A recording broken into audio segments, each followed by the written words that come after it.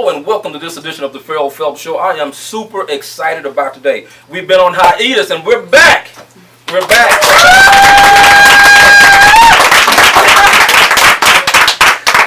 Many of you guys know, if you've been following over the last year and 4 or 5 months at this point, I've been working on the Skin I'm In project. And so it's kind of kept me away from the Farrell Phelps Show, but we're back now and I'm super excited about it. And so I'm very blessed to have some of the people that were a part of the project on set today as we talk more about the skin that we're in and the impact that we can have on the world based on who we are. Welcome my guest, Melissa Slade, to the house. And Lola Nixon, who is one of the models in the Skin I'm In project. Absolutely, and the topic today is colorism. Colorism is the prejudice that exists within our community, simply based on light and dark complexions. This is a big part of what the Skin I'm In project is about. It's all about the skin, and so many topics and conversations actually came up as the book was being developed. And so I wanted to make sure we address some of those issues so that we can impact and change the world. Lola Nixon. Now, let me tell you guys about Lola. I discovered Lola when I was doing the project. An amazing person, amazing personality, tremendous blessing to the project. And so Lola, we want to talk about how colorism has affected your life, being that you are actually albino. And so oftentimes we would consider you a light complexion African American person in a lot of senses of the world. So tell me, how has your life been affected by that?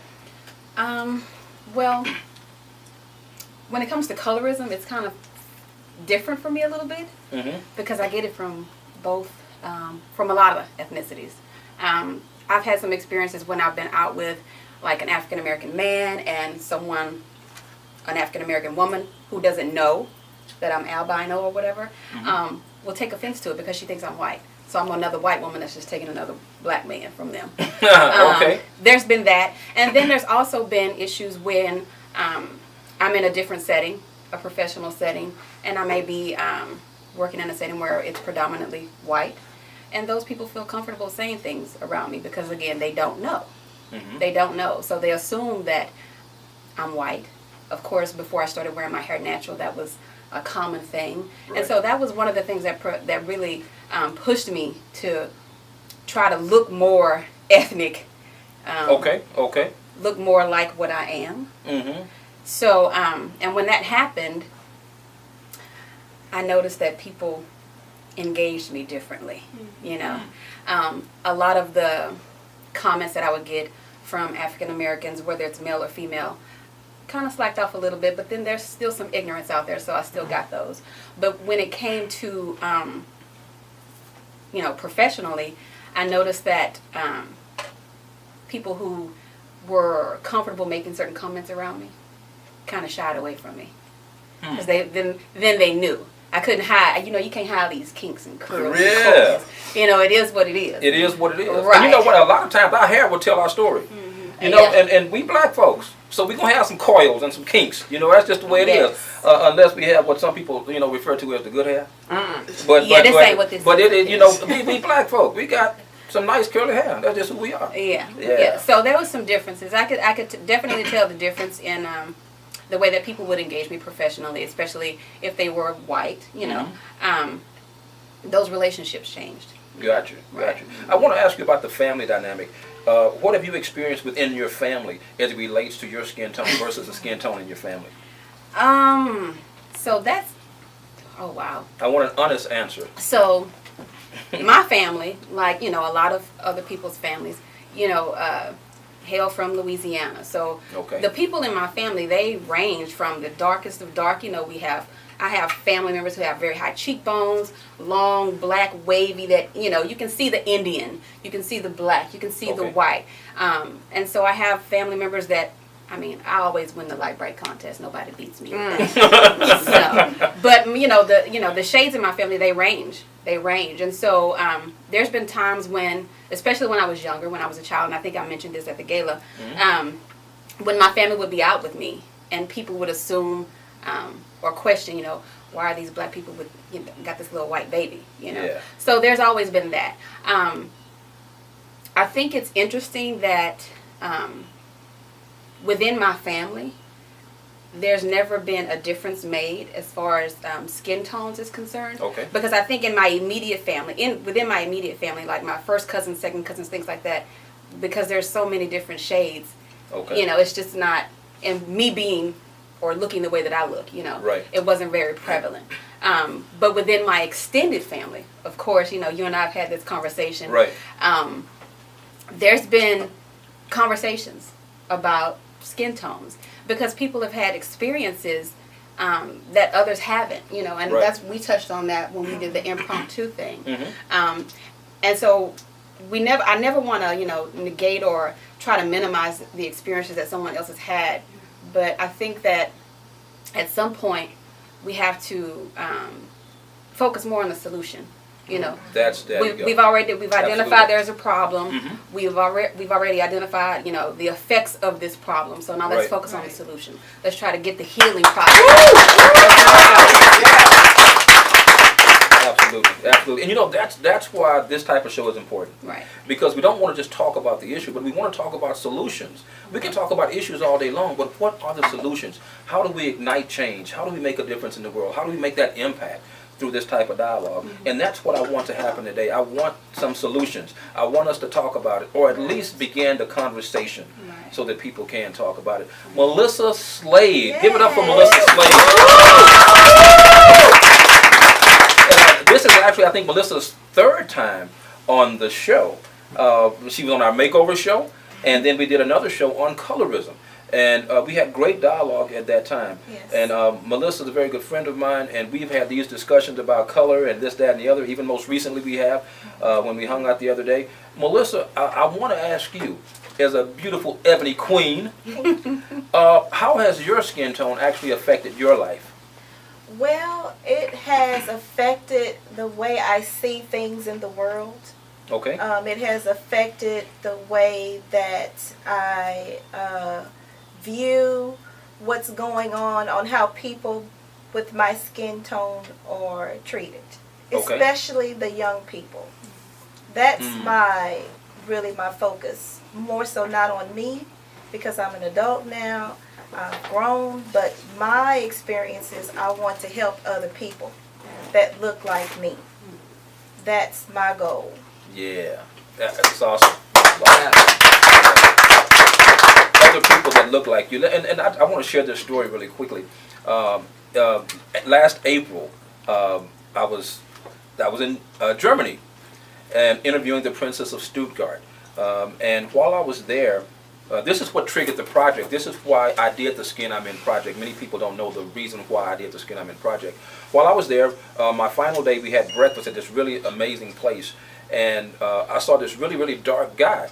And I had never seen anybody quite as dark as this brother. And so when I saw him, I'm like, man, check out his melanin. Isn't that cool? I'm all hyped and excited about his melanin. You know what I'm saying? And I'm in Germany, and I'm seeing a brother. I'm like, hey, oh, that's my brother. You know what I'm saying? And so as a result of that, I said to her at the time, I said, isn't it amazing how, check out his melanin. I'm telling her to check out his melanin.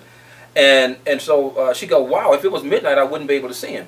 All right, so I took that very personally. Yes. Because I'm a black man no matter where I go. 24/7, I'm a Negro. Let's just keep it 100. I'm a black man. That ain't going to change, whether I'm in Germany or anywhere else. And so I took offense to that, and I began to really think about how we judge people simply based on skin tone. You know, and this is what God created us to be. Yes. Right. So who are we to judge what God created? Right. If God created us already beautiful. Right? Right. So shut up, folks, about all this color stuff. I'm just saying. You know, and I want to talk about that a little bit more when we come back in just a moment. You guys stick around. We'll be back with more.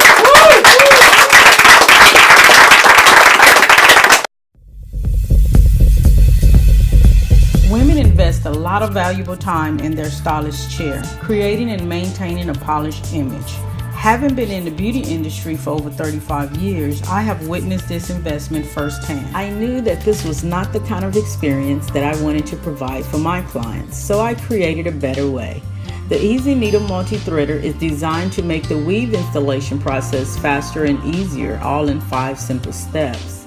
All you have to do is secure the Easy Needle Multi-Threader to a surface, insert the cushions into the unit, slide the needles into the cushions, Place your thread onto the dowel and thread your needles with the Easy Needle Threader. Stylists who use this product will never have to thread another needle in between weaving again. With the Easy Needle Multi-Threader, they can save time, save money, increase their clientele, and provide a wonderful experience for their clients.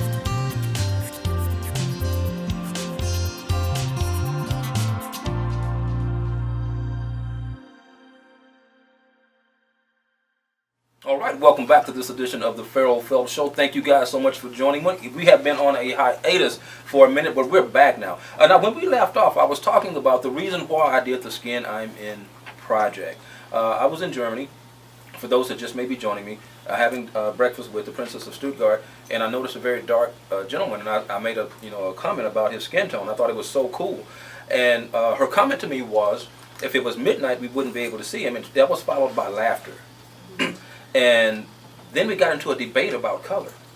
And I'm sitting here thinking, y'all flew my black behind to Germany to interview. You know what I'm saying? So, and I'm experiencing this level of prejudice, so I really took offense to it. And after that, that was my last day there. I had an 18-hour flight back to the States. And it gave me plenty of time to think about what had transpired in Germany. And so as I began to think, I'm like, wow, it's really interesting that I'm all the way in another country and this type of thing is being said. And so on that 18-hour flight back, I'm like, okay, I want to do a project that forces people to look at the various prejudices that they have within themselves simply based on melanin and what sense it doesn't make. And so I went on Facebook and I typed it in on Facebook. I'm looking for models that are light complexion, dark complexion, medium, multiple freckles, nevus, vitiligo, albinism, the whole 9 yards, and it went viral. Totally unexpected. And so people started contacting me out of India, Africa, and all over the world, literally. And so it let me know the importance of what was taking place in that moment and with the Skin I'm In project. And that's how it was given birth. And that's how I got to meet wonderful Lola and the models that will be coming up in just a moment, because I wanted to address this issue. I wanted us to talk about it. And this particular issue has perpetuated in the black community as long as I can remember. And I just want us to kill it. I want us to squash it, Me too. And I want this platform to be a platform that can make that difference or help make that difference. What good is to have a platform if it's not going to make a difference? So that's what got the project going. As a result of that, having dialogue with the models and my friend Rosetta, who's going to come up in just a minute, it let me know the importance of having this dialogue to ignite that change that needs to take place. So that's what this is all about. Now, Melissa. Yes. Melissa Slade. I know you say you want to make a difference with the kids, and that's so important because we need to keep their esteem built. Right. Because you hear I just heard the other day a little girl that made a remark about why her cousin has a light complexion, and she said to her father, I don't like my color. I want to be light like my cousin. Well, where does that come from? At that age, where does something like that come from if it's not heard by an adult? And so adults need to be really careful of how you talk around kids and how you make kids feel, because you affect their self-esteem. And so they go out into the world with low self-esteem simply based on skin color. Ain't nothing wrong. This is just their beautiful skin that God gave them. So that's the kind of thing that we want to talk about and kill at the root, so that the generations coming behind us won't have to deal with some of the stupidity that we've dealt with. Well, one thing I would like to say is that there are a lot of issues in the world going on with the black race as a whole. And I believe that we have to solve the problem within first. How can you ask someone else to respect you when you don't respect yourself? And when I say yourself, I'm meaning us as a race of people respecting ourselves and our differences.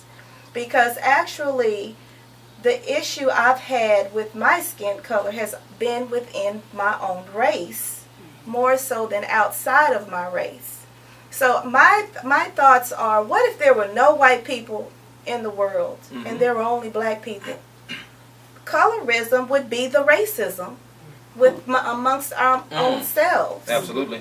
So we we have to solve the problem within, and it's going to take a lot of work because there are a lot of us actually blinded and not actually knowing what we're doing to each other. So my thing is, how do we solve the problem? And this show is a great start, but we have to have, in my opinion, more positive images of dark-skinned girls.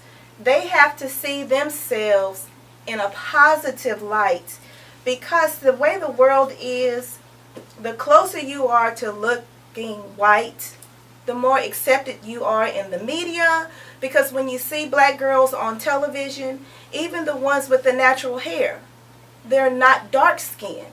They're brown skinned. You don't see positive images of dark skinned girls. And that's one of the reasons why their little girl would say, I want to be lighter skinned. It's because of what she sees in the world. When you go out in the world, you don't see yourself as being beautiful.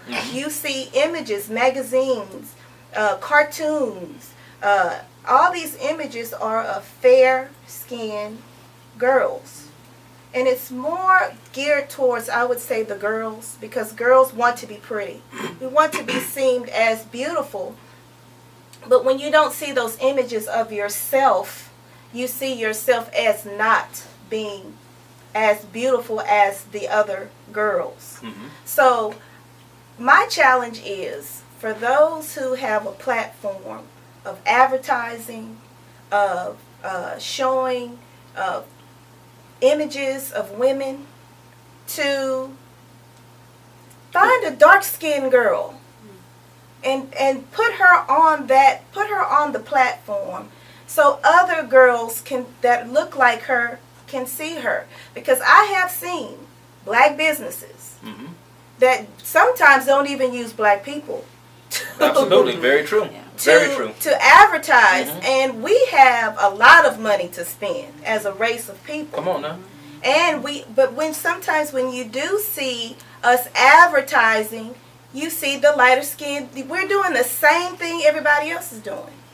So we as a race of people have to make the difference within our own community before we can go outside of the community and ask someone else to do it. Absolutely.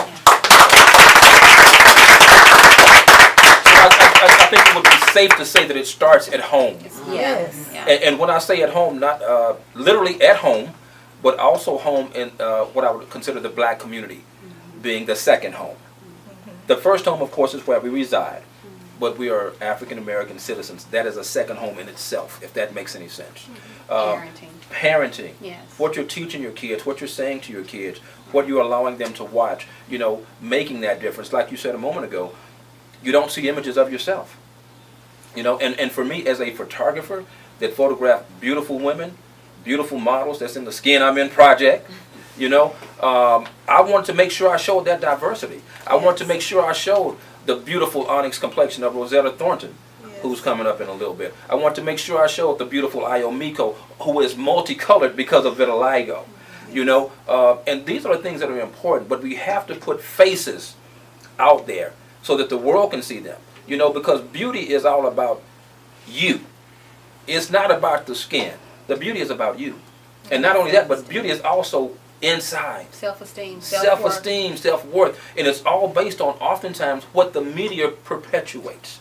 Yes. What we see on Vogue, what we see on Cosmopolitan. When Lupita Nyong'o came onto the set, I think she started to make a difference, because now we're starting to notice these beautiful onyx complexioned women that are in our culture and in our race. So these are the types of changes that we need to see take place in the world, on the magazine covers and all that good stuff. We're going to talk a little bit more when we come back. You guys stick around. We'll be back in just a moment.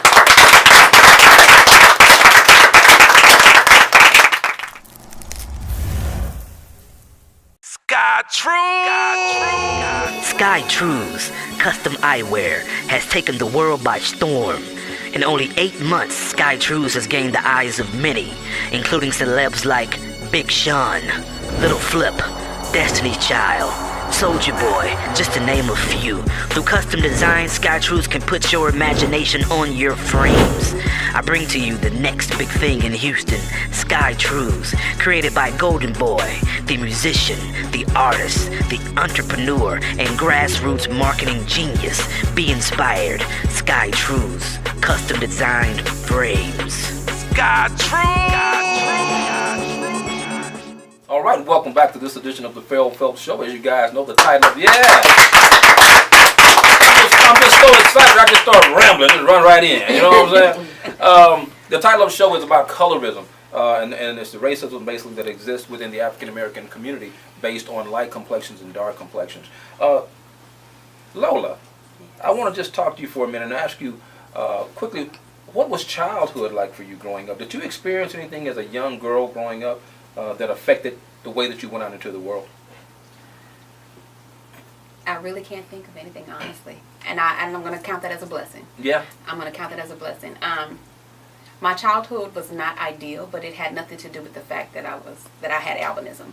I have a great family. They never made any difference between myself or any of my cousins, my brother, in terms of, me having albinism or my complexion or anything like that. I was never teased in school, so much so that it, traumatized me or anything like that.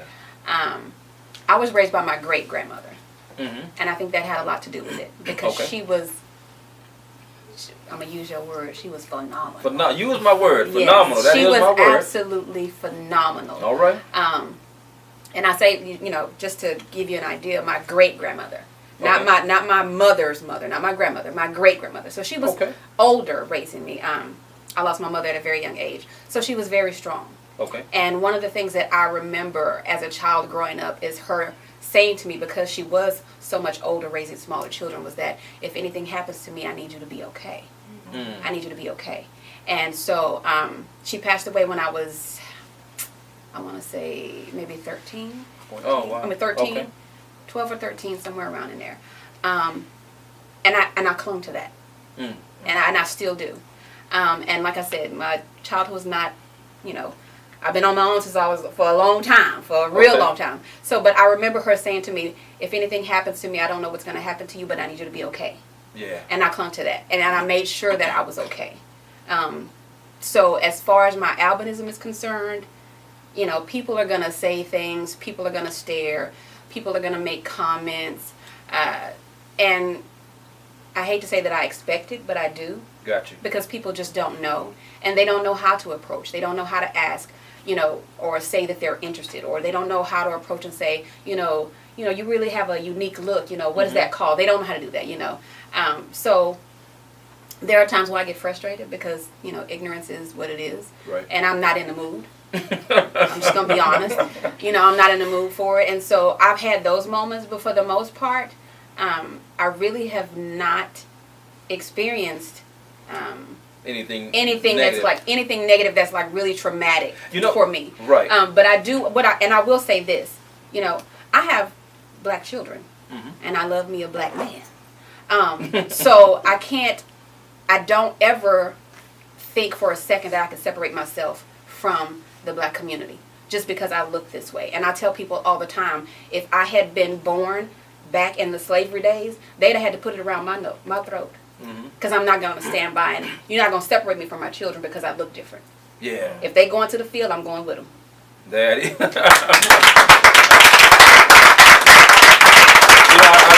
I really like that. And what really stood out for me was the words from your grandmother. She said she wants you to be okay. And we have to recognize the power of words. We used to hear that old adage, sticks and stones can break my bones, but words will never harm me. That was the biggest lie that's been perpetuated for such a long time in the world. Words are very powerful, and how we use them can make a huge impact on the lives of people. Lola still counts on those words from way back then, from being a young girl, losing her great-grandmother. It was a great or great-grandmother? Great-grandmother. Great-grandmother. My grandmother's mother. Great-grandmother, because she said, I want you to be okay. She remembered that. So think of how powerful your words are when you speak to your kids. You have a beautiful little black little girl. You tell her she's beautiful, she's gorgeous, she's amazing, she's phenomenal. You tell your baby that. Those are words that stick with your child. We have to speak those words into their lives, into their minds, into their spirits. So when they go out into the world, they go out into the world with esteem. They go out into the world, and the world won't be able to tear them down. The world won't be able to say, you're dark, you're this. Hey, I'm dark and I'm beautiful. Check me out. And you know, my mama said I'm beautiful. So I know, you know what I'm saying? You got to impart these things into your children to make a difference in their lives so that they can make a difference in the world when they go out and make that impact. Right. Melissa, I want to talk to you briefly about also your childhood. What was life like for you growing up? You told me a story before.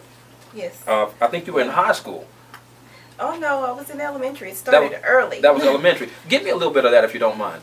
Well, I was in gym, right? In gym, and we had to take off our shoes. And my feet were different than everyone else's, and the children noticed it. So that helped me to notice myself. They noticed that my top of my feet were black and the bottom were white, and they said, "Look at her feet." So that is when my eyes opened that I was different, because my family has beautiful dark-skinned women. These things happen when we go live. We just don't know what's going to take place. You know, it is definitely a live show, so they can happen. Folk can call you, and that's what happens. They call while we're on the live Facebook feed. Melissa, Yes. Go ahead with that story. I was raised in a family of beautiful dark-skinned women. So I would look at them, and I would see myself, and I'd say, I want to look like my aunts. I want to look like my grandmother when I get older. So, and they were raised in the 60s. So when the Afro came out and all those kind of things, and so they were like really proud. But in the 80s, it was different. I grew up in the 80s. And dark skin was not embraced. And I was my grandmother's darkest granddaughter. Okay. Darkest granddaughter. So everybody else was lighter skinned than me in the family, grandchildren. Okay. So my experience was different from everybody, all of the other younger people in my family. Okay. So it was as if I had this burden by myself. Because my mother, she was a working woman. She was determined. She was trying to get her degree. She was a single mother. And she married my stepdad, which was a lighter-skinned black man with hazel eyes. And he had a daughter that looked like Lola. So I was raised from like 6 years old up until high school with a sister in the house that looked like Lola. So my experience was I was alone. I didn't have a sister to say we were going through the same thing. Somebody to identify with. I didn't have anyone. So it was as if I was walking alone with the issue, and I was trying to process it really by myself. Gotcha. So I would look in the mirror and see myself, and I would see beautiful, but when I went out, I was criticized for my skin. Yeah. So that's what I want to help the young black girls with today, because I believe it's still prevalent. Absolutely. Yes. Absolutely. Yes. And that's the beautiful thing about having this type of segment. Like you said, you felt alone. And so often when you're going through your experience, you feel like you're by yourself, or you're the only one that feels that way, until somebody speaks up, until somebody speaks out, until somebody says, this is how I feel. And then another person out there can say, you know what, I can identify with that, because that's been my experience too. And when you can identify with somebody else, guess what? It empowers you.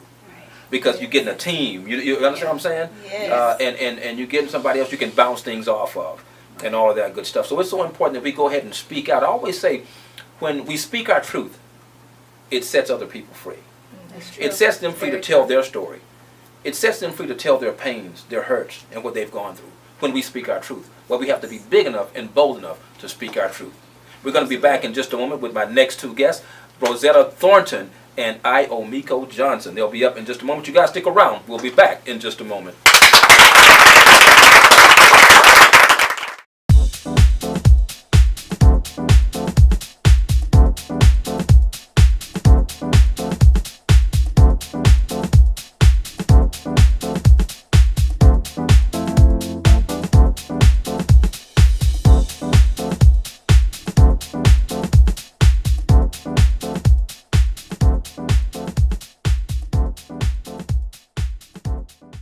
welcome back to this edition of the Farrell Phelps Show. As promised, I have Miss Rosetta Thornton in the house. And I also have Miss Iomiko Johnson in the house. And some of you guys might be familiar with Rosetta and Iomiko because they're models in the Skin I'm In project and all that good stuff. And they did both an outstanding job. Thank you. Yeah. Outstanding job. You know, I was really blessed to have some incredible people in the project and on the team who were very impactful in what they did in the project. And these two ladies, certainly like Lola, were very impactful, so I wanted to have them on the show and everything.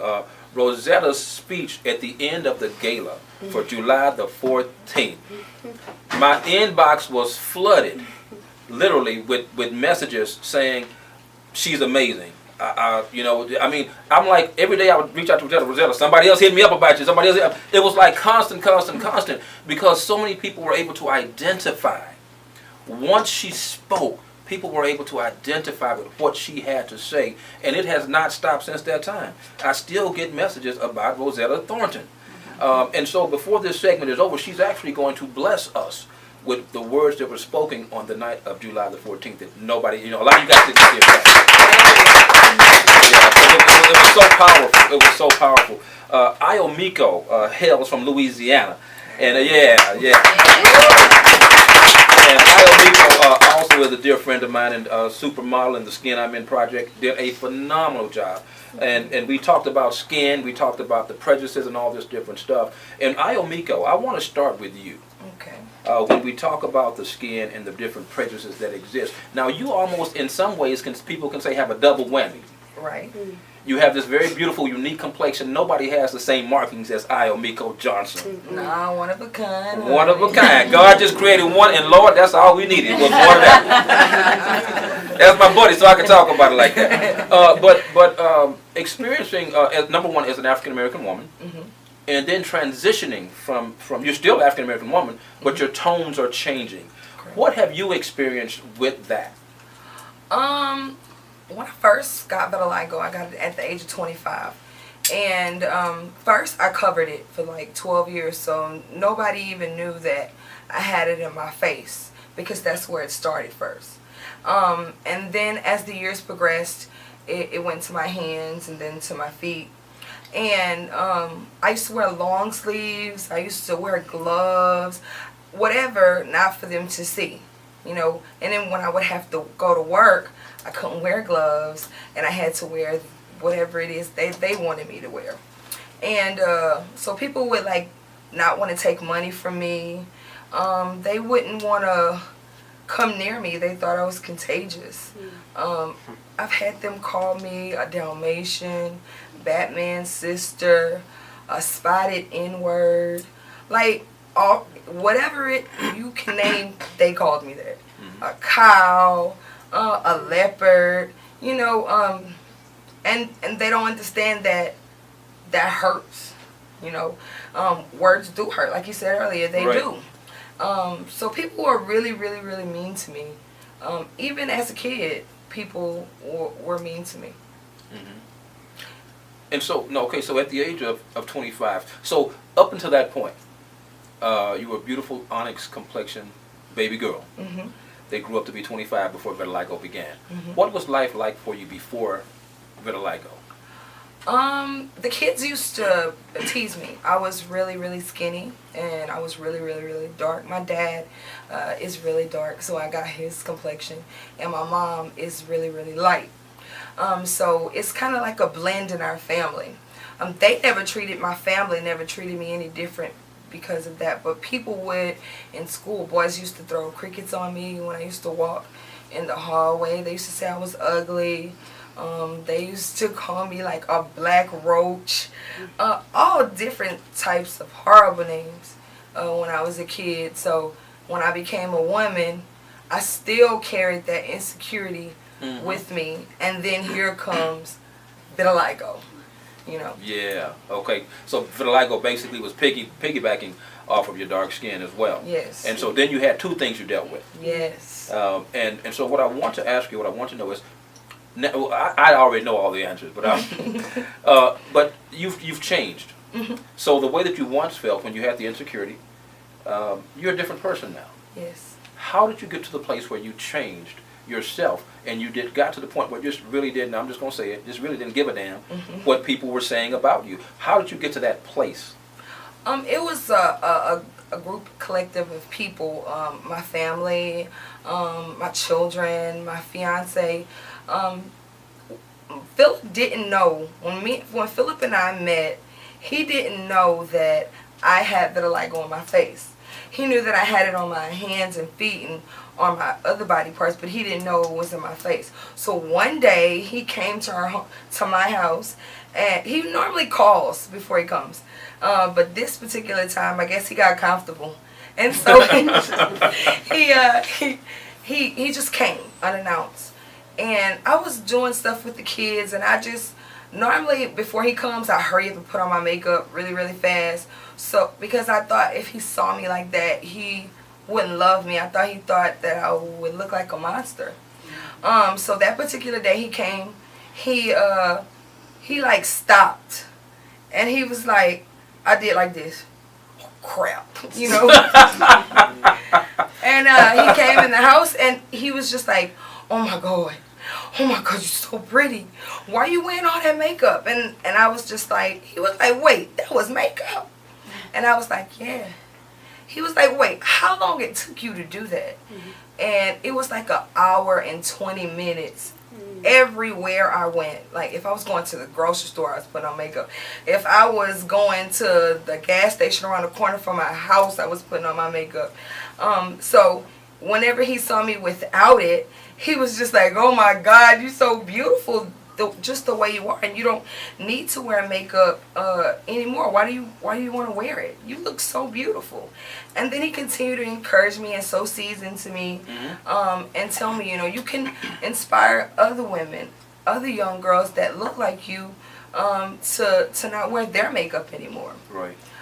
So he showed me a picture one day of a beautiful model. Her name is Winnie Harlow. And he was like, look, she don't wear her makeup. And he was like, look at her. She more spotted than you. He was just like, if these people don't understand, the way you look, then that's on them. But you have to find the love within you. Absolutely. Yeah. As I listen to you say that, it reminds me of what I said a moment ago, how important words are. Her boyfriend affirmed who she was. Her boyfriend affirmed her beauty to let her know that she was beautiful. And it's wonderful to get that affirmation from people, definitely, but we also have to find that affirmation within ourselves, too. Because how we go out into the world will project whether we feel that way or whether we do not feel that way. Either way, it'll definitely be noticed. So I think that's great, and I know you're in a different place, and you got some big things coming up. We're going to talk about that before we finish. Okay. You guys stick around. We're going to be back in just a moment with my other guest, Rosetta Thornton.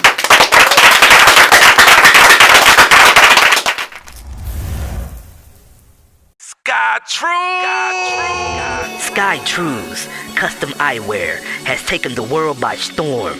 In only 8 months, Sky Trues has gained the eyes of many, including celebs like Big Sean, Little Flip, Destiny's Child, Soulja Boy, just to name a few. Through custom design, Sky Trues can put your imagination on your frames.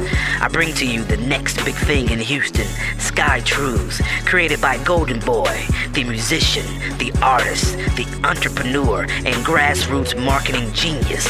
Be inspired. Sky Trues, custom designed frames. Sky Trues! All right, welcome back to this edition of the Phil Phelps Show. As I promised you guys, we have Miss Rosetta Thornton in the house.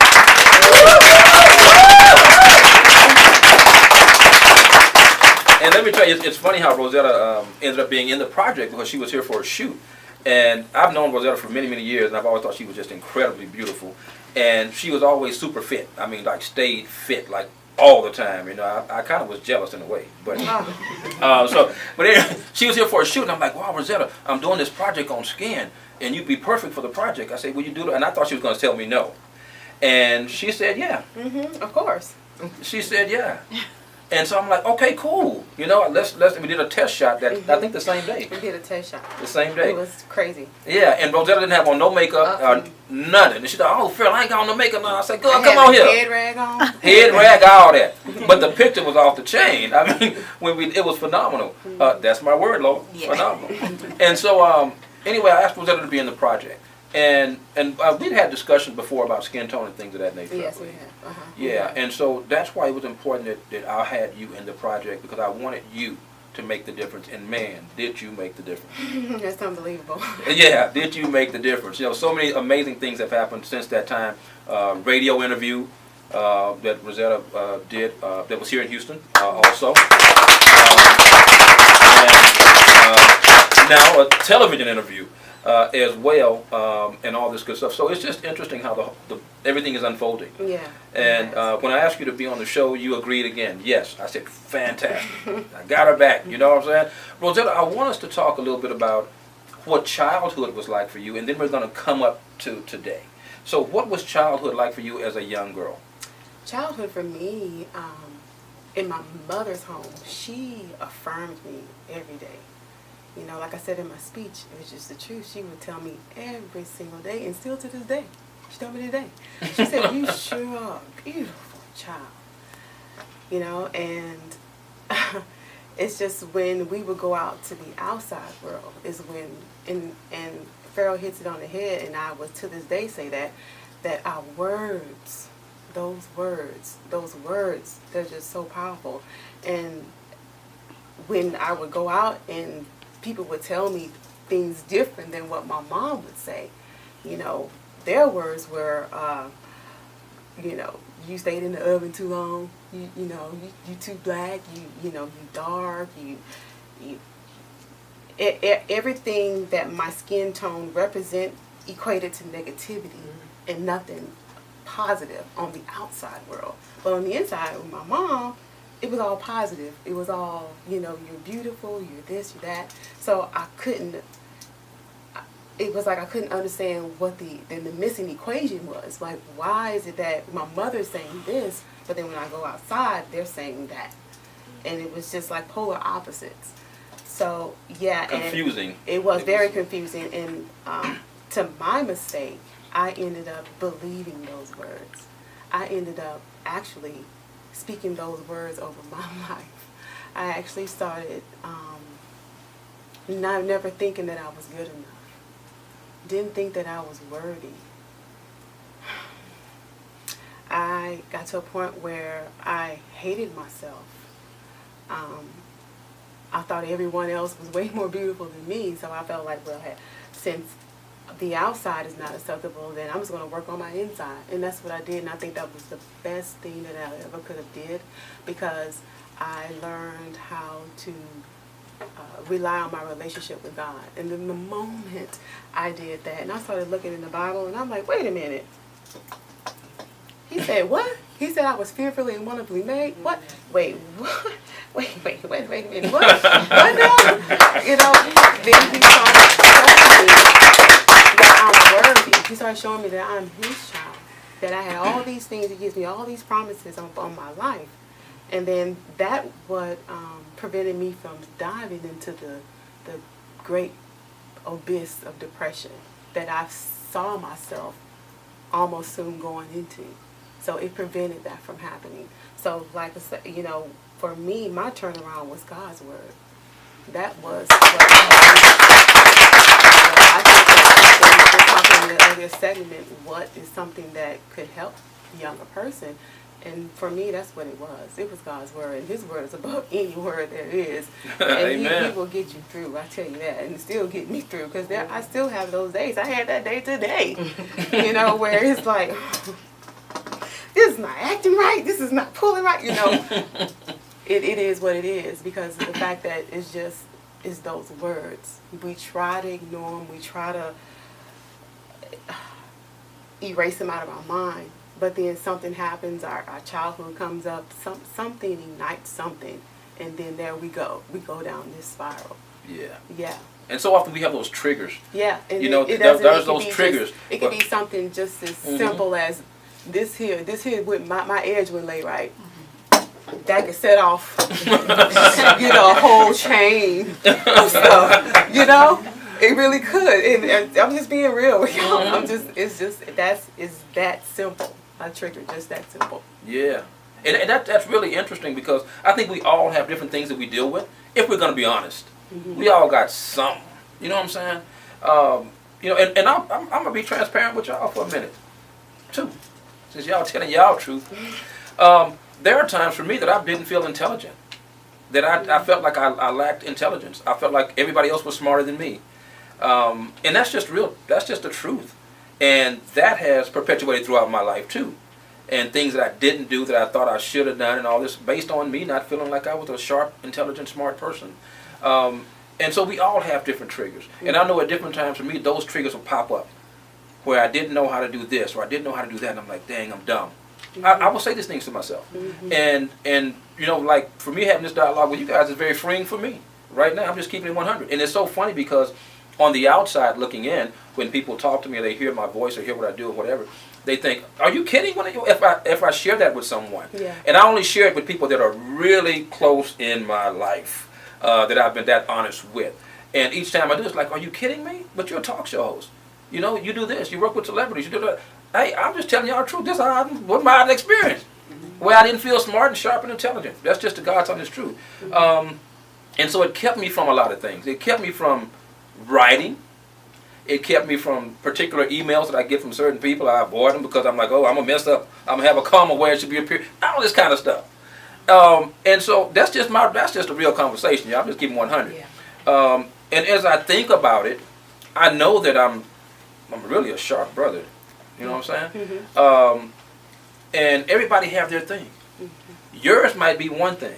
Mine might be totally different. But we all have something. So I just want to share a little tidbit of my own. You know what I'm saying? To let you guys know that I have my little situations too. That I reflect upon. I'm like, and I have those triggers. You human. Yeah, I'm human. Yeah, I'm human. I'm human. Give me some. Human. There it is, right there. Yeah. But I'm just being, I want to be transparent and say that, So yeah, that's just a little bit about me. We're going to find out a little bit more about these two beautiful women when we come back. You guys stick around for more of the Phil Phelps Show. We'll be back in just a moment.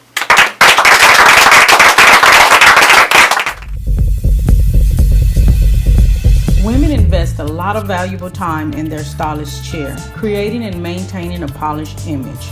Having been in the beauty industry for over 35 years, I have witnessed this investment firsthand. I knew that this was not the kind of experience that I wanted to provide for my clients, so I created a better way. The Easy Needle Multi-Threader is designed to make the weave installation process faster and easier, all in 5 simple steps.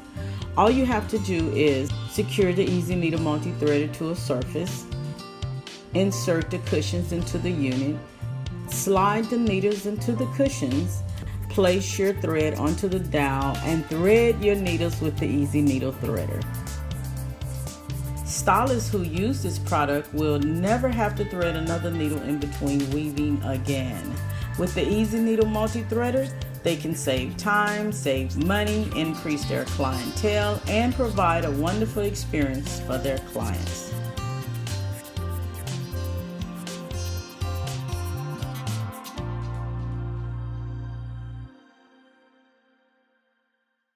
All right, welcome back to this edition of the Phil Phelps Show with my awesome guests, Rosetta Thornton and Iomiko Johnson.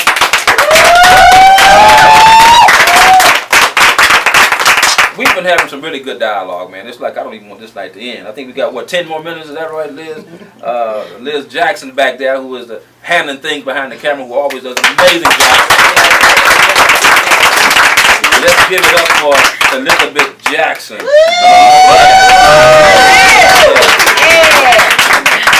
We also got my brother, Mr. Kenneth Grissom, in the house, who's so you guys know any image that you see of me that's floating around, Kenneth Grissom is my photographer that does all of my pictures, and so I'm thankful for my brother right there. The man. And you got to give props where props is due. And this is, when I call these names, these are my family. Like Liz is my family. Ken and Darshell is my family, like for real. They cuss me out and everything, but we still cool. But When we talk about, and my brother, my other brother is here, Mr. George Golden Boy Phelps. The meal that we ate tonight to satisfy all you wonderful guests. And now the book. You guys have heard me talk about this book for a long time. You will continue to hear me talk about this book. And I just want to give you a little backstory before we get into the rest of this interview. When the book was supposed to come out, the original publisher backed out and left me just kind of out there. You know what I'm saying? And I'm like, man, you know, everything is done. The pictures are done, just that and the other. And I talked to my sister, Darshell Grissom. Darshell said, Phil, don't worry about it, brother. She said, I got you. I got you. And I knew when Darshell said, I got you, I got to be careful because I have a moment if I'm not careful. But when Darshell said she had me, she had me. From start to finish, Darshell Grissom killed it with this book. And she was the project manager for the project and the gala. Not only for the gala, but she put this book together. Her and Dominic Bowie put this book together.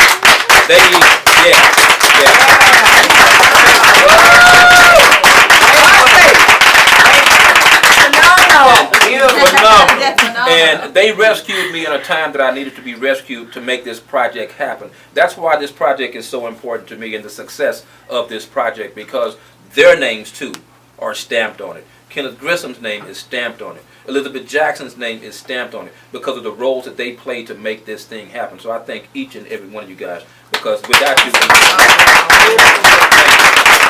and I'm going to give a shameless plug to my sister Darshell Grissom, because Darshell Grissom, because of this project, let me show you how God works.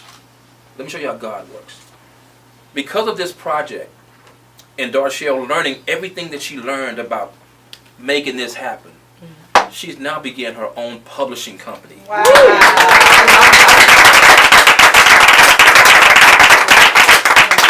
Her publishing company is Boss Lady Press.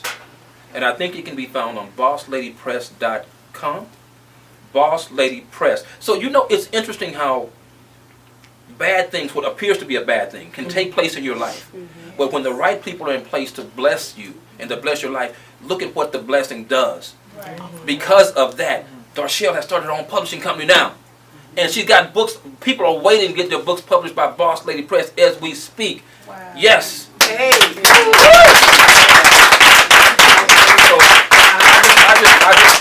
I had to say that, and y'all know me. I be done broke down crying because I get emotional. I'm just that dude. But I believe in giving props where props are due. And I could not do this without them. So I thank you guys. All right. Was the camera rolling? All right, we got all that on there. All right, here we go. We're back. I just had to say that about what took place with this book. I have, again, Rosetta Thornton on the show. I have Miko Johnson on the show. And I want to talk a little bit of Rosetta, about one of the situations that you had shared with me about dating a brother that had a lighter complexion, and his response to the beautiful Rosetta Thornton, and as it relates to his family. And that. Tell us a little bit about that experience. I just want us to kind of go back a little bit and talk about that, if you don't mind. Yeah, my time in college was a very trying, a lot of trials and tribulations during that time. I had a lot of growing up. I learned a lot about myself, and I learned that there are a lot of people, and Melissa, she touched on this, and it's true. A lot of times they are raised that way, where they don't know any better. And in this particular guy that we were friends, but he wanted to date me, but he was raised to protect the color line.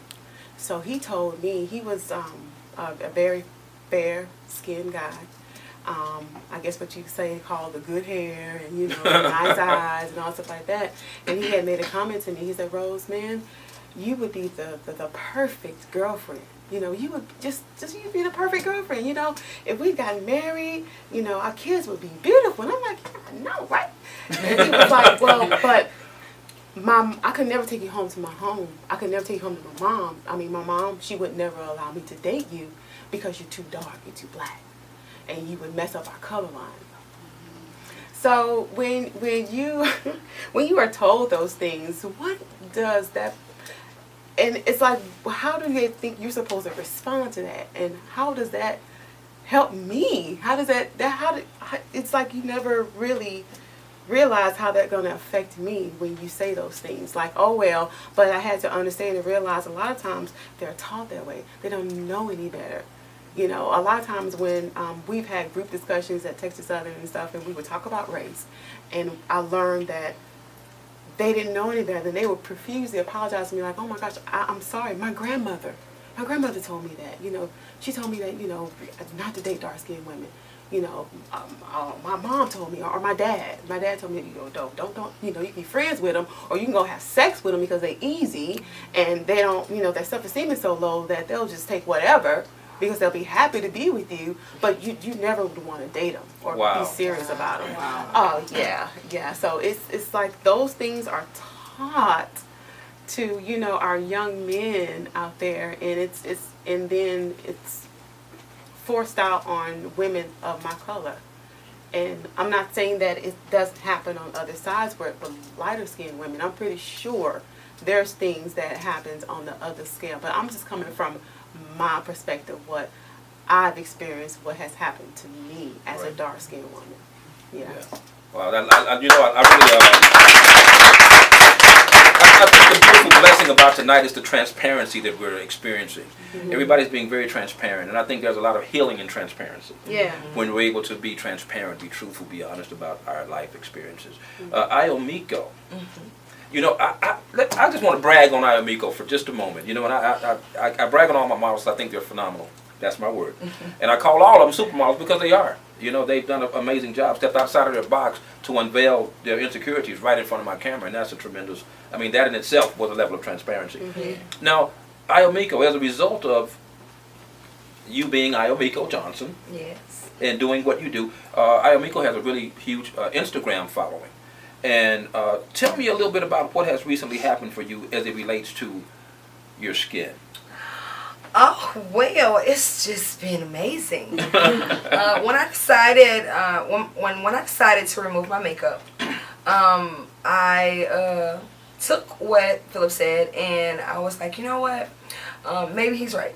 You know, maybe I should share my pictures, and I can let other girls and women see me this way, and that I'm proud of it, and that they would, you know, want to follow my footsteps and be proud and feel empowered. So I went around and I looked on all the different models pages, and I was like, I want to be different from everybody else because I'm different. I didn't want to do typical pictures. You know, I wanted to be creative with it so that it could draw people to me and know that I'm different and, you know, in every way. So I posted my first picture. I think I got like 2 likes. And then I kept doing it though. I never gave up. And I think about my 20th picture, I had to give me a better camera. That was the problem. But I took about my 20th picture, and this company, they reached out to me via DM, and they asked me if I would like to share my story. And I was like, wait, what? And I'm like, I don't have a story. What? I don't have a story. At the time in my head, I'm like, what story? I don't have a story. And then the lady called me and we talked, and then she was like, you do have a story. You know, explain to me how you got here. And so I did that. Then one morning I woke up, it was a Friday, and it was all over the world. It was on Daily Mail, Gossip, The Shade Room. It was everywhere. It was on Instagram, Snapchat, Google, Facebook. Even Stars was sharing the post and saying how amazing I was. And then I got a TV spot in the UK on a show called This Morning. And then that was amazing. And tell us how many views that's had. How many views at this point? 3.3 million. Wow.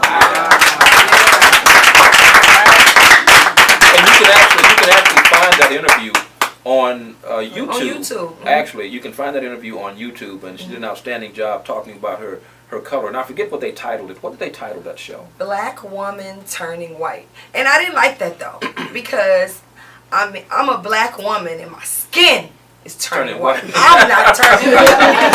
Like, people were like really, a lot of they were posting, like a lot of Instagrammers were posting it on their blogs and with the title, and people were like, black people were really mad. They was like, no, she not. She black. Make no mistakes, huh? Yeah, it was just like a skin turning white, but she's an African American woman. Right. And you know what? It's like I said again. When you tell your truth, it set other people free, and it opens up the door for you. And by Omiko coming forward saying, "This is who I am," this da da da, so many other doors have opened up for her, like this project particularly. And then what she hadn't said is that she has the lead role in a new film that's being shot right now called Birthmark. Birthmark. Yeah.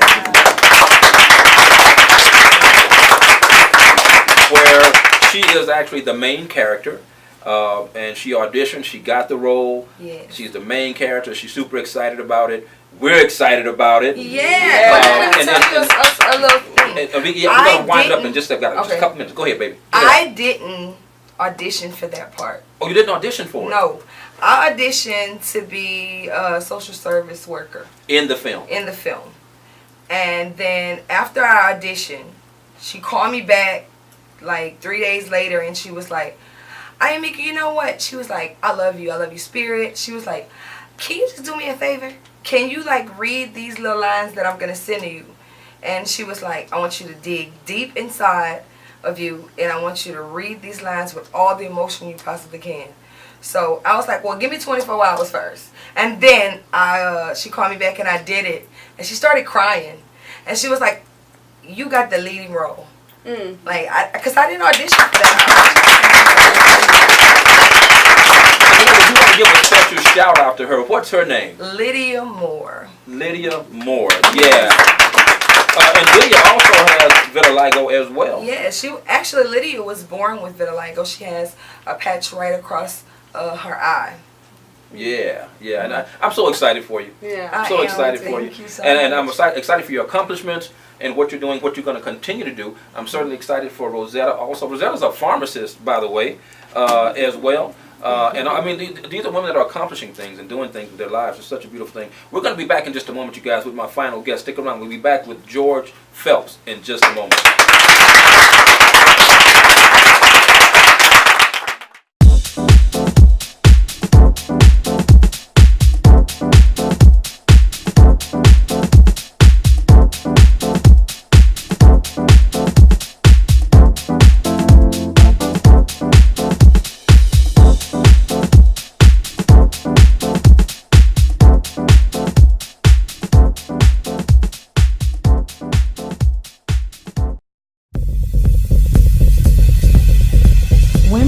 A lot of valuable time in their stylist chair, creating and maintaining a polished image.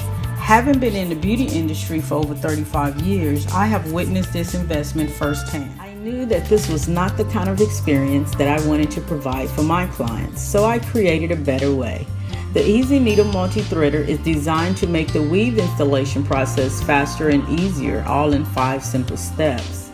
All you have to do is secure the Easy Needle Multi-Threader to a surface, insert the cushions into the unit, slide the needles into the cushions, place your thread onto the dowel, and thread your needles with the Easy Needle Threader. Stylists who use this product will never have to thread another needle in between weaving again. With the Easy Needle Multi-Threader, they can save time, save money, increase their clientele, and provide a wonderful experience for their clients.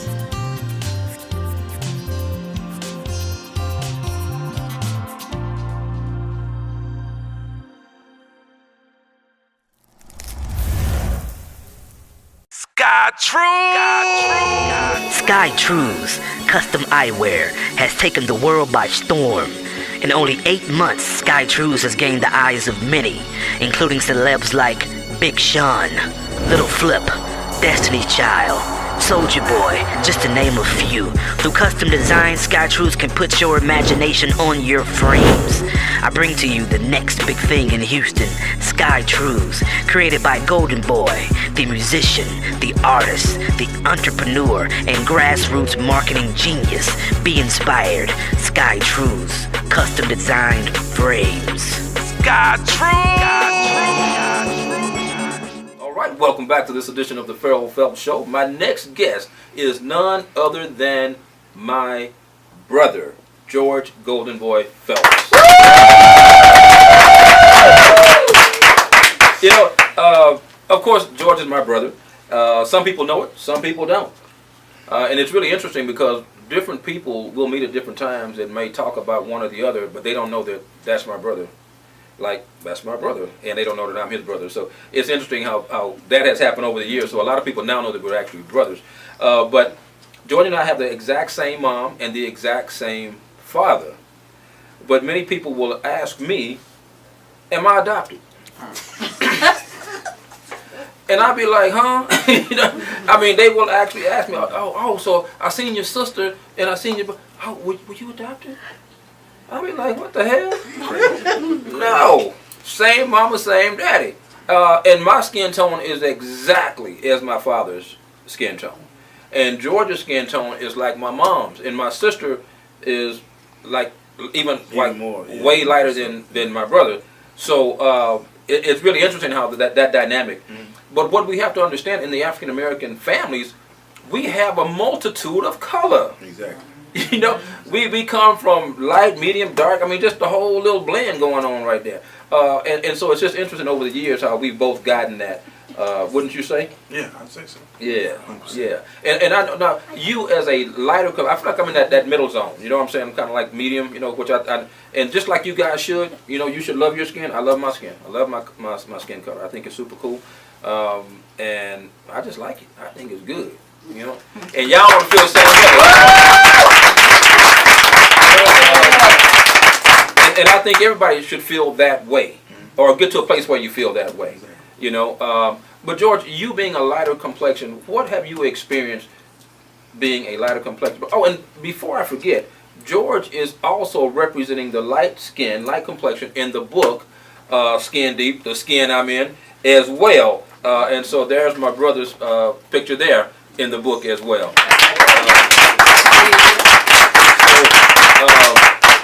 I've been very fortunate to get the models from the project on here to talk about the skin. So I feel really blessed about that. So now I know you've had some issues.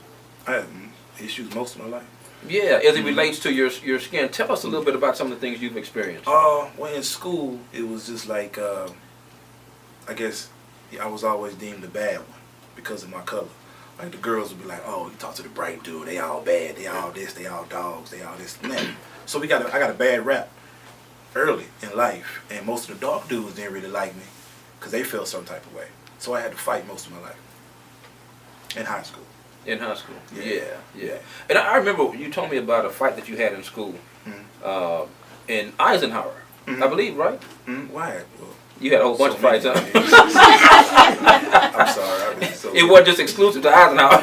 No, it wasn't exclusive to Eisenhower. But tell us a little bit more about your experience being. It's, you know, people say yellow man. You know, like your yellow brother, whatever. You get. I mean, I often get. You know, what are you? Are you Hispanic? Are you this? Are you that? I even get, are you albino? Sometimes, or stuff like that. So I'm like, okay, well maybe they don't know. Do they hear my accent? Do they know how how I talk? Are they vibing with me? But a lot of people just don't know, and they act ignorant. Like they don't want to know, or they trying to be funny, or what y'all call it shade. You know what I'm saying? I don't really do shade. You dig what I'm saying? So if you got something to say to me, just bring it how you bring it. And I'm say what I got to say. That's my brother. We're gonna have a good day. And that's how it is. Yeah. And I know, I remember one time, this was happening to you frequently, when you were getting pulled over. Yeah. And they would always think that he was Hispanic, and they would always pull him over thinking he was like some dope dealer or something. And he experienced that a lot. Yeah, I got I got terrorized by the law. Like, Yeah, like literally. all the time. I mean, chasing me down, doing whatever they went extra and overboard. So a lot of stuff like that has happened just because of how I look, you know, how I'm built, how I walk, how I talk, and I get a lot of that.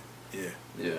But now things are a little bit different for you. It's a little different now. I carry myself more like a businessman now. You know. So things do change, and I feel I can talk my way out of a lot of stuff too. When they hear me talk, I'm not coming at them with something. Say, man, what's going on? Look here. I don't do all that.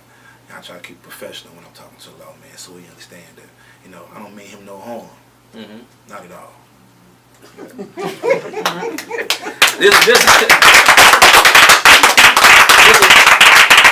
This is my brother's personality. It is so funny because people always say we're like so different than each other. You think so? That's what they say. Really? Mm-hmm. Not just color. They say we just so different. I'm like, no, we really a lot alike in a lot of ways. He the cool one. He the cool one. It's just the opposite. Everybody think I'm the dud, and he's the cool one. They think I don't have no, like I don't have no cools. What You know what I'm you saying? do? Like I don't have no swag. You And do got swag. I have swag. Yeah, you got the juice. You got a little sauce. Oh, the what? Yeah. The juice and the sauce.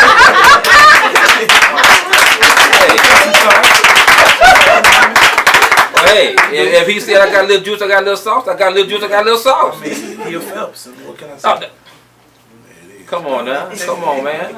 And it's so funny because in our household, I've heard experiences about people that are born into families, if they're families, whatever, and there's a color variation of things, something like that.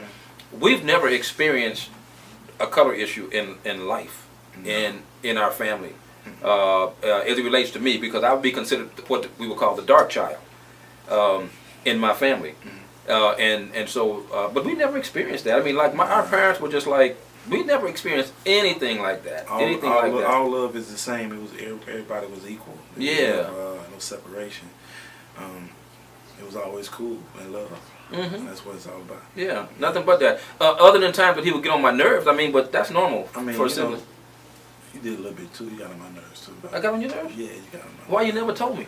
Well, actually, I've confessed this to you. But you had falls on deaf ears. I don't know. I don't know what's going on. We might have to sit down. We sit down now, but see, they here. Oh, okay. So we need to have a real brother-to-brother conversation. Yeah, we can throw stuff around and act silly and all that. Oh, really? Yeah, we can probably do it on. So tell me what I did to get on your nerve. What happened? Well, I mean, it's been so much, man.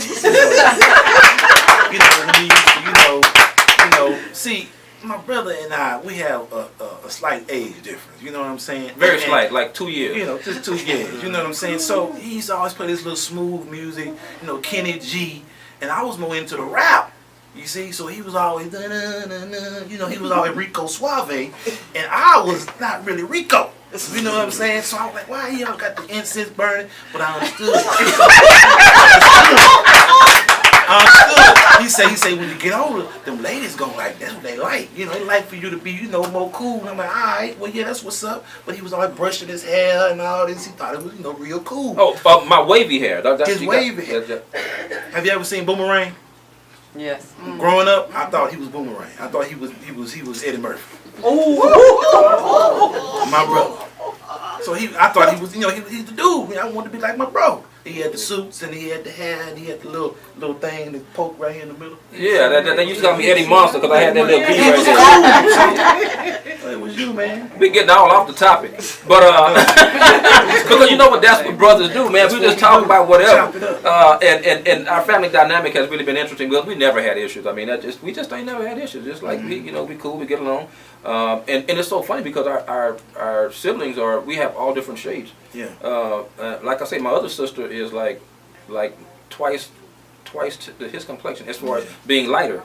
Ray is darker. And then my other sister Ray is darker. Mm-hmm. And so we have every color in the family, so it's really cool and all that good stuff. And my other sister, everybody thinks that she's biracial because she's so light and she has like very long hair.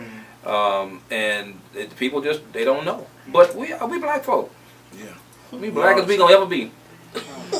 We all the same. We all the same, George, thank you, man.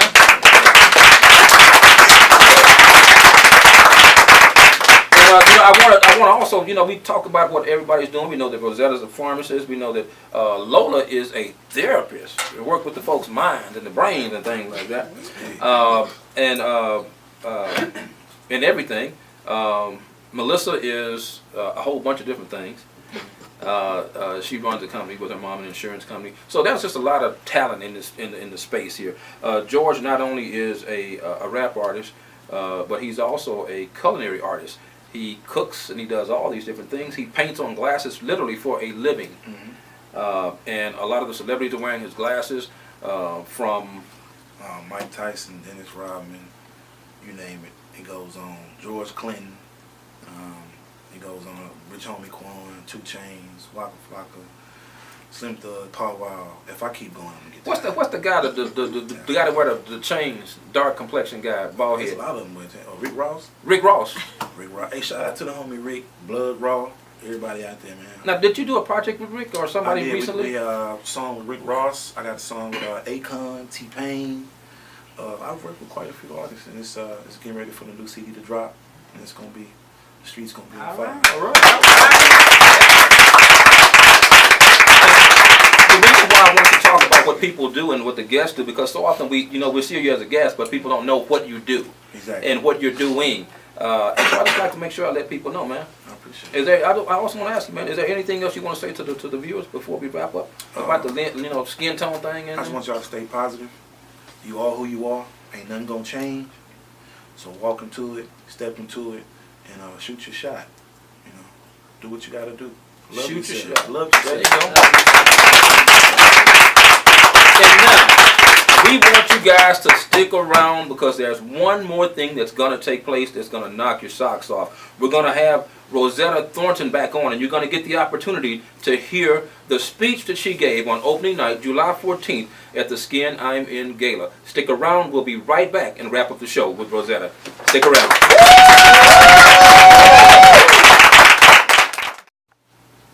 All right, ladies and gentlemen, without any further ado, Miss Rosetta Thornton.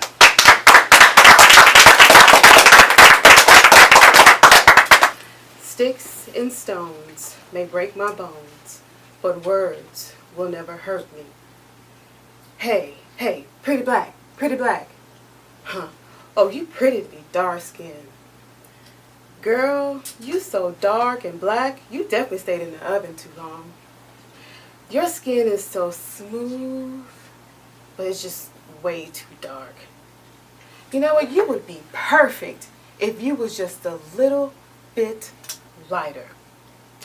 Oh, Rose girl, you would be the perfect girlfriend, and if we got married, our children would be so beautiful, but my mother would never allow me to date you because you are way too dark and you would mess up our color line.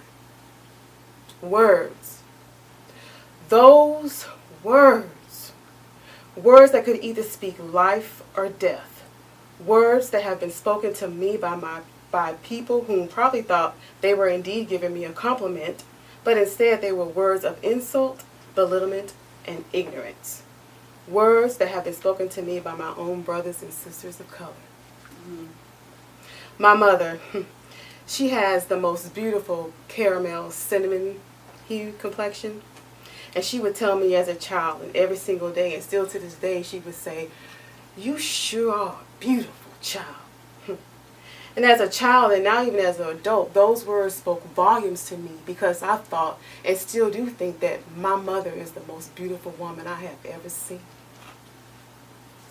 But the world had different words for me. When I was alone with my mother, away from the outside world and chaos, her words were, "You sure are a beautiful child."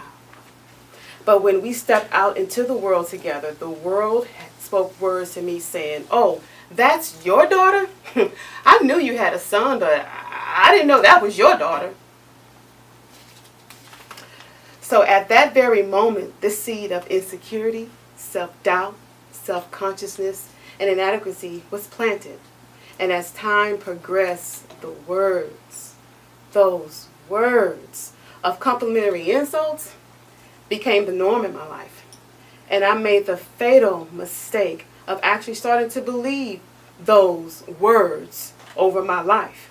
Words that would soon cause a downward spiral of negative self-acceptance and feeling as though I am not enough and will never be enough. But glory be to God. I was raised by a fierce, fearless, strong black woman, and she instilled in me some very strong values. So even through all of my anguish, and instead of diving into the abyss of depression, I was able to pull strength within myself, and I started to concentrate more on my inward appearance versus my outward appearance. I figured, well, since I'm not good enough on the outside, I might as well make myself good enough on the inside. And I did so by concentrating on focusing on my studies, my health and well-being, and making sure I was a loyal and genuine friend and developing my relationship with God. So at that time, I felt like if I had a good enough qualities on the inside, that maybe those qualities would make me more attractive to someone. I really didn't realize how desperate, y'all, I was to be accepted into my own beautiful black community. You know, it's really hard being dark-skinned in the black community. We are ignored and we are pushed aside. And worst part of it all is that we have to not only compete with the Caucasian sisters, but also with our very own sisters of lighter complexion and hues. But there came a time in my life where God had to shake some sense into me and revealed in His Word that I am fearfully and wonderfully made. I started to gain confidence in myself by reading God's Word and understanding my worth.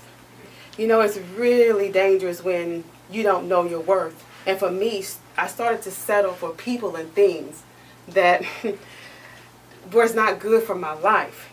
And if I would have just known better, y'all, if I'd have known better, I never would have given them or it a second thought. There are so many of us walking through this life not truly understanding our worth.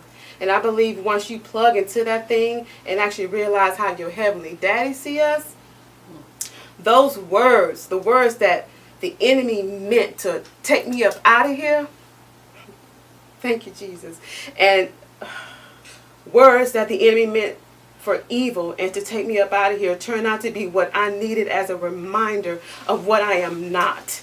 And to know and understand that I am enough and I am worthy. I used to hate myself. I used to ask God, why did you make me this color? And why do I have to endure so much because of my color? And then I realized God said it was necessary. Because if I did not go through what I have been through, I would not have the courage to stand before you and to look at probably thousands of people and share my story. So if anyone has been touched by my story, tell that little girl or little boy deep inside them or you, because I know there's one still in there. Tell them that you are enough and you are worthy because your heavenly daddy said so. Remember to watch your words. Life and death lies in your tongue. So make it a point to speak life and not death. Amen. Praise God.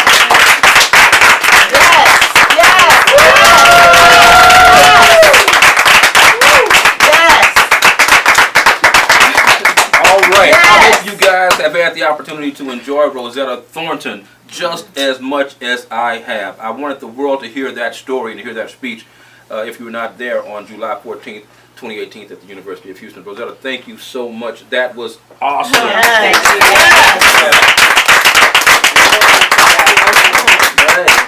An incredible job. I just want to thank each and every model, each and every guest on today's show. You guys were all phenomenal. You did a great job. And to find out more information about the show, you can certainly reach me at Let's Talk About It 12tv@gmail.com. That's Let's Talk About It 12tv@gmail.com. You can also go to my YouTube channel. Simply type in Farrell Phelps. You'll see a list of all of my shows right there for your viewing pleasure. All right, until next time, we'll see you then. Thank you.